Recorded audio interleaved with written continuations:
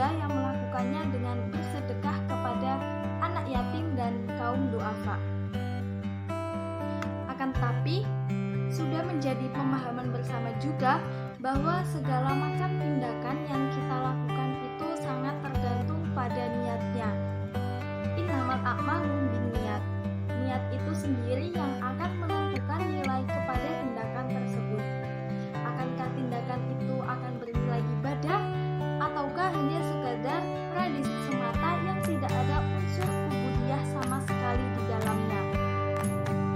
Begitu pula dengan merayakan hari kelahiran maupun kegiatan lainnya. Nah, salah satu hal yang banyak dilakukan dalam acara ulang tahun itu adalah meniup lilin. Kalau melihat dari sisi sejarahnya, perayaan ulang tahun dan termasuk tradisi tiup lilin itu bukan berasal dari ajaran Islam.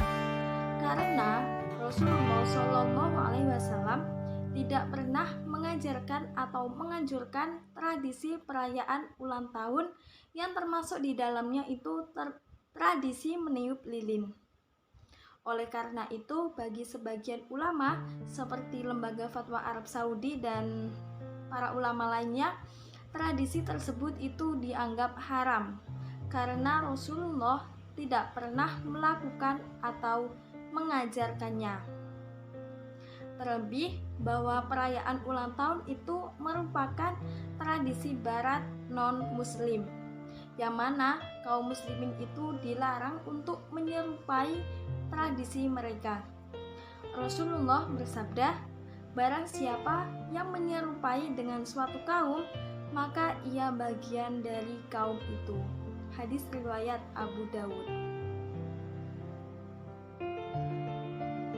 Nah, para ulama juga berbeda pendapat tentang hukum permasalahan ini. Yang pertama, sebagian ulama meliputi Syekh Ali Jum'ah, Syekh Salman Al-Auda, Syekh Amrul Khalid, Lembaga Fatwa Mesir atau Darul Ifta Al-Misriyah, dan Lembaga Fatwa Palestina atau Darul Ifta Al-Filastiniyah itu mengatakan merayakan ulang tahun itu diperbolehkan dengan syarat perayaan tersebut tidak mengandung perbuatan yang diharamkan seperti ikhtilat atau bercampur dengan yang bukan mahram. Nah, mereka beralasan merayakan hari ulang tahun itu merupakan salah satu cara mengingat nikmat kelahiran atau nikmat kehidupan dan satu momen melantunkan doa bagi orang yang berulang tahun.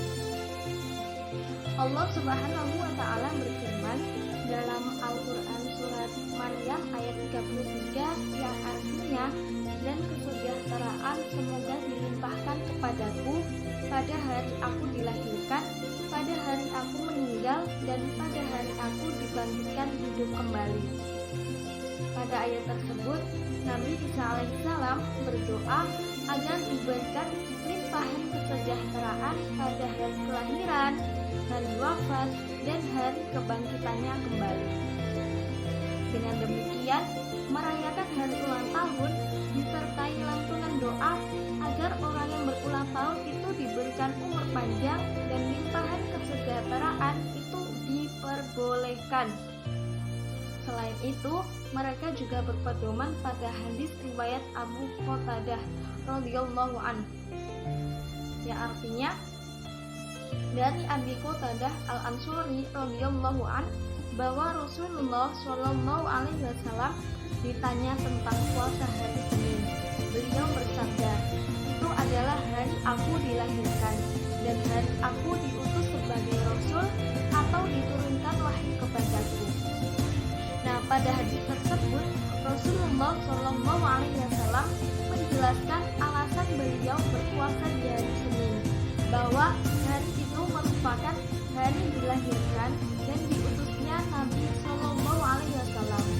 Ya, artinya hadis itu memberi isyarat bahwa hari kelahiran seorang itu merupakan hari yang penuh nikmat sehingga wajib disyukuri.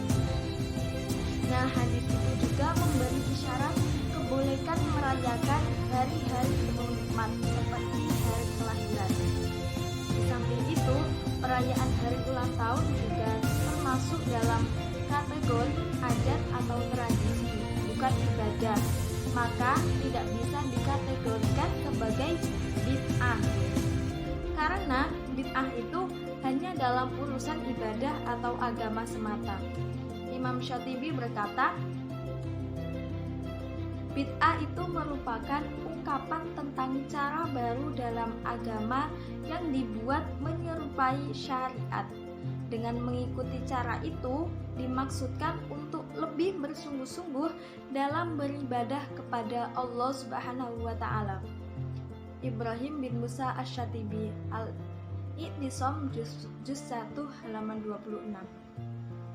Kemudian jika merayakan hari ulang tahun diperbolehkan, maka menghadirinya dan memberikan hadiah serta ucapan selamat kepada orang yang berulang tahun juga diperbolehkan, sebab itu merupakan bentuk membahagiakan hatinya. Dan juga membahagiakan hati orang lain disunahkan dalam Islam, sebagaimana hadis riwayat Abu Hurairah radhiyallahu an. Dari Abu Hurairah radhiyallahu an, ia berkata, Rasulullah Shallallahu alaihi wasallam ditanya, amal apa yang paling utama? Beliau bersabda, hendaknya kamu membahagiakan saudaramu yang mukmin, melunasi hutangnya atau memberinya sepotong roti. Hadis riwayat Ibnu Syahid.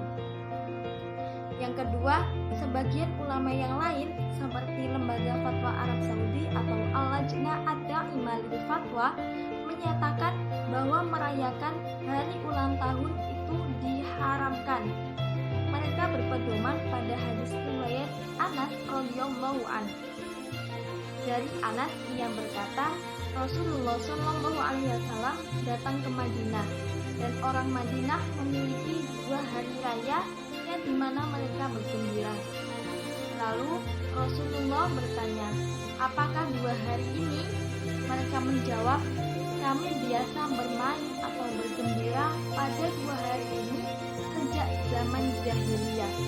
Rasulullah Shallallahu alaihi wasallam bersabda, sesungguhnya Allah telah menggantikannya untukmu dengan 2 hari raya yang lebih baik darinya, yaitu hari raya Adha dan hari raya Fitri. Hadis riwayat Abu Dawud. Pada hadis ini di atas, Nabi Shallallahu alaihi wasallam hanya menyebutkan 2 hari raya, yaitu hari raya Adha dan hari raya Fitri. Karenanya umat Islam hanya diperbolehkan merayakan kedua hari raya itu semata, bukan yang lain. Dengan demikian, merayakan hari ulang tahun itu diharamkan, sebab tidak disebutkan dalam hadis di atas. Selain itu, mereka juga berpedoman pada hadis riwayat Ibnu Umar radhiyallahu anhu bahwa Rasulullah Shallallahu alaihi wasallam bersabda, siapa yang menyerupai suatu kaum, maka ia termasuk bagian dari mereka. Hadis riwayat Abu Dawud. Perayaan hari ulang tahun dinilai merupakan tradisi orang Yahudi dan Nasrani. Seseorang yang merayakan hari ulang tahun berarti telah meniru dan menyerupai kebiasaan mereka dan termasuk bagian dari mereka. Maka merayakan hari ulang tahun itu diharamkan dalam Islam. Nah, dari paparan di atas dapat disimpulkan bahwa para ulama itu juga berbeda pendapat tentang hukum merayakan hari ulang tahun. Sebagian ulama seperti Syekh Al-Jum'ah, Syekh Salman Al-Auda, Syekh Abdul Khalid, Lembaga Fatwa Mesir atau Darul Ifta Al-Fiqhiyah, dan Lembaga Fatwa Palestina, Darul Ifta Al-Filastiniyah menyatakan perayaan hari ulang tahun itu diperbolehkan selama tidak mengundang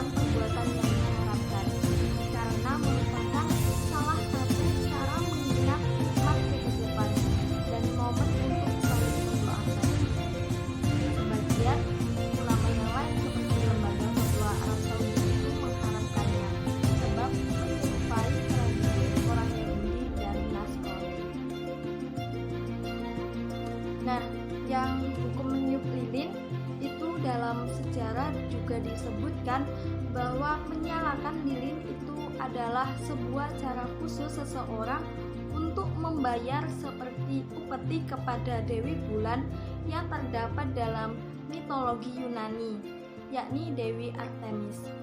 Pada zaman dahulu, kue yang dipakai itu haruslah berbentuk bulat agar dapat melambangkan bulan dan lilin yang diletakkan di atasnya sebagai lambang cahaya bulan.